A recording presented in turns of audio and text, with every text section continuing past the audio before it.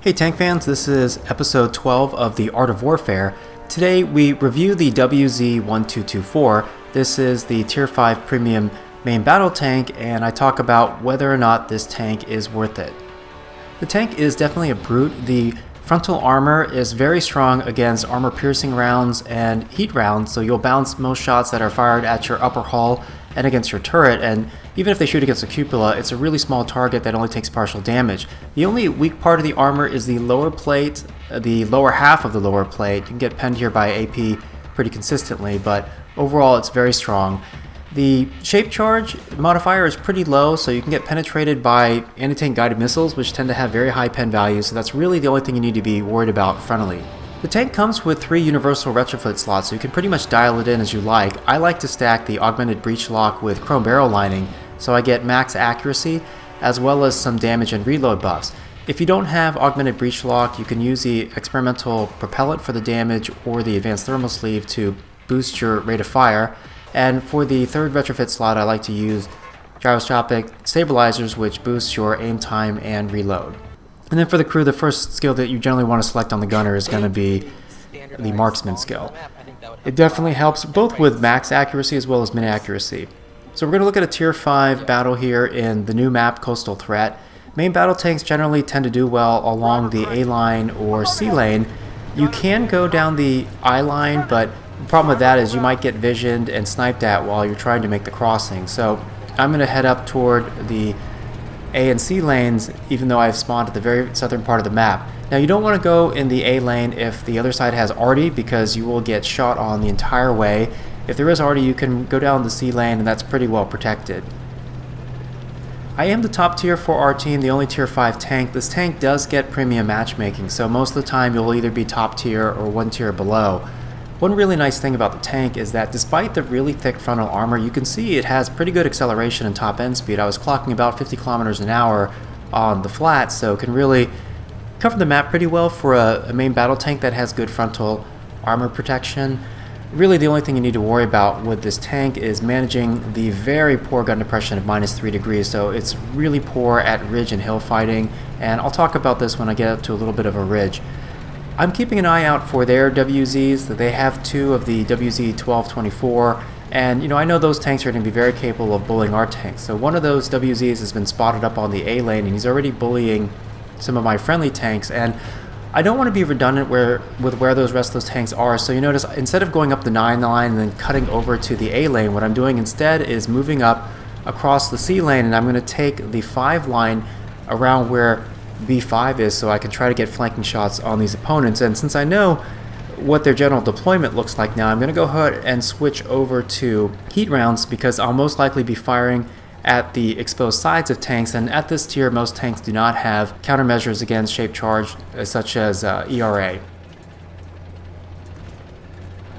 So things are not looking so good for us on the A lane so far, but the nice thing is that their tanks have pushed in so far. I'm able to get some early shots here on this Jalo. Now notice how far up and over on this road I have to come because of the poor -3 degrees of gun depression. I'm pretty much not moving forward once I can get the gun low enough to have a decent shot on the hull, and both of those heat rounds penetrated. It's really good against soft targets at this tier. One thing I need to worry about, like right here I get tracked and I'm not in a position where I can fire against that OF-40. So I switched to another tank. The heat round, being a round that doesn't typically penetrate main battle tanks frontally as well, bounces, and I switch back over to AP just so I can make sure to penetrate every shot. That second Jalo made a pretty big mistake there. You don't want to be trading with main battle tanks. Really, for a tank destroyer, your priority is to fire when they can't see you, fire when they're not looking at you, or firing when they're on reload, right? So that Jalo was making a pretty basic mistake. I've missed a couple shots here. I'm rushing my shots a little bit, and thankfully their WZs are continuing to push down the A lane, right? So they've gone all the way down to the 7 line. If I were one of them, I would have doubled back to kill me, and instead, they're continuing to push down bully our tank. So I've got a 1 versus 3 situation here. I finish off the Jalo, and you can see that even with a level 3 crew, that the gun handling on this tank is pretty solid. It aims well, it's pretty accurate. Really the only issue is the poor gun depression, which isn't so much of an issue once I get on level ground with these tanks, and their OF-40 is spamming HE at me. It's a pretty common mistake by players to try to use HE. Generally speaking, you want to use HE to either finish off low HP tanks, or if you absolutely can't penetrate a tank, to try to like just whittle it down. And this T-Series tank tries to rush me belatedly. Like really what those opposing players should have done is ganged up and tried to flank me, because if they allow me to just keep working them with my good rate of fire and my strong armor, I'm going to bully them and wear them down. Now I need to go push down on these WZ tanks as quickly as possible. Now the nice thing, since I'm going to be aiming down, the gun depression is not going to be an issue while I'm down on this slope, and if you're aiming down on the top of a tank, generally speaking, you'll be able to penetrate them wherever you want. Now if I had a better shot and wasn't in such a rush to flank this guy, I would have shot on top of the engine deck, which is the top half of the rear of his hull, because you can get engine damage. And as I close the gap here with this tank's good speed, I track him and then come around behind him, and even though the gun depression is really poor, like I can't actually aim down on the rear of the tank, which I'd like to do for the chance for engine damage and to set him on fire. I can still sit there and shoot him in the sides and rear of his turret where his armor is relatively thin.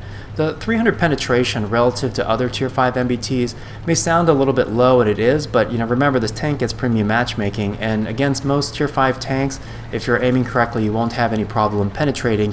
Against tier 6 tanks, you'll have to be a little bit more accurate in terms of choosing weak spots, and certainly since this is a tier 5 tank, you don't want to get on head-on engagements with tier 6 MBTs. I see a lot of MBT players brawling in situations where it doesn't make sense, or forcing their armor to save them, and I'll talk about that a lot in upcoming videos. Generally speaking, you want to get close enough such that the gun handling and vision aren't an issue, and you can self-spot as an MBT. So you don't want to go to open areas of the map where you're going to get vision.